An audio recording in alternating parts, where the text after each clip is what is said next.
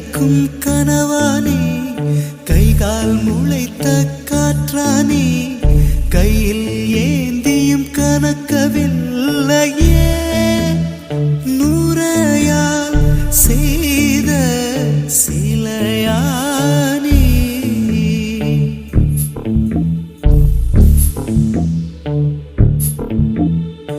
இப்படி உன்னை ஏந்தி கொண்டு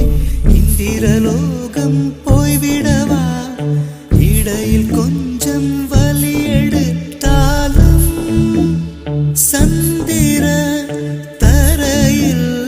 பாயிடவா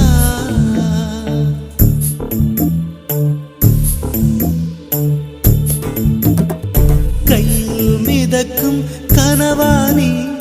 கை கால் முளைத்த காற்றானி கையில் ஏந்தியும் கனக்கவில்லை